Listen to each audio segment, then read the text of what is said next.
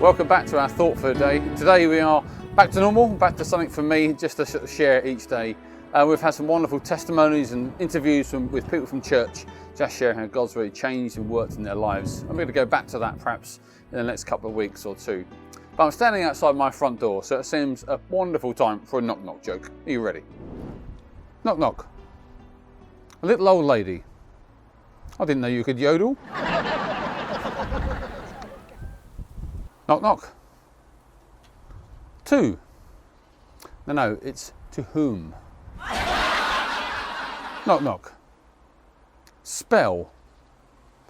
W-H-O. That's right, one more. Knock knock. A door.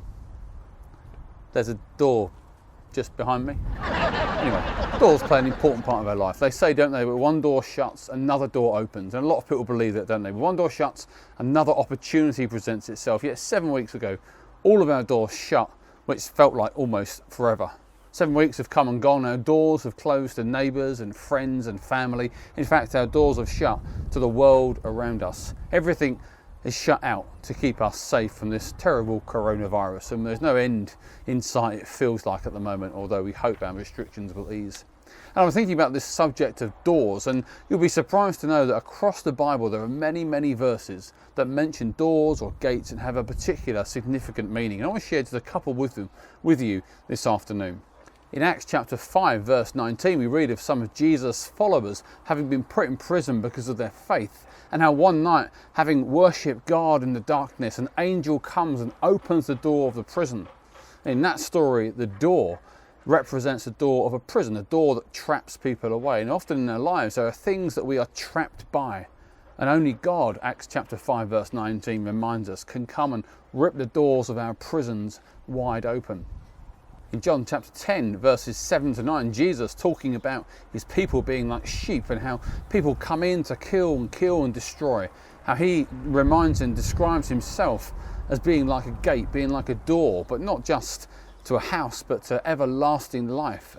A doorway into everlasting abundant spiritual life and forgiveness. In Matthew chapter 24, Jesus talks of his soon return from heaven to judge the living and the dead. And right there he talks about the end of all things and how we'll recognise the time of the end. And it describes it as being near when certain things happen, just at the door. In 2 Corinthians chapter 2 verse 12, the door analogy again is used of one of opportunity, of God opening doorways, not for personal gain, but for God's people and the opportunity to spread the gospel into new places where people have never heard the name Jesus.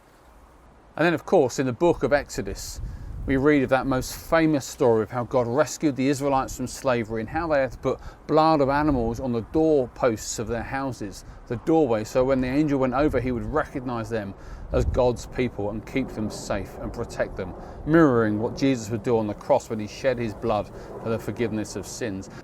The door in the Bible is often used too as an analogy for the human heart.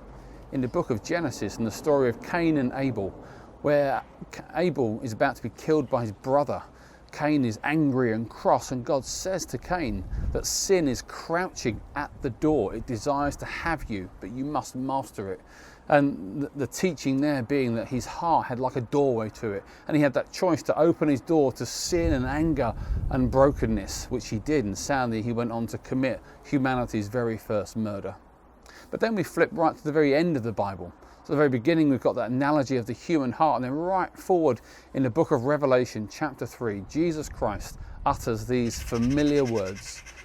He says, "Here I am. I stand at the door and knock.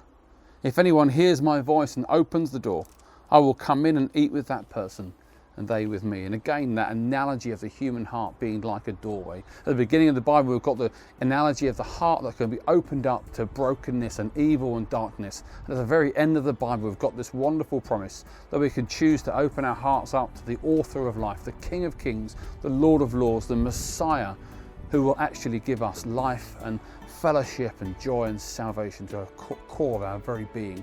And so the challenge today, as I stand at my doorway, is to ask this question: what are you opening yourself up to in these days? These are tough days. These are very difficult moments.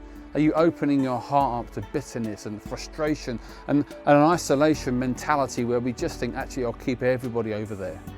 Or will you come to Jesus afresh today, whether you know him or not, and open your heart to him and say, Lord, come in, eat with me, be my God, be my friend, work in me, heal me, restore me, cleanse me, make me who you want me to be. Every human heart has a door.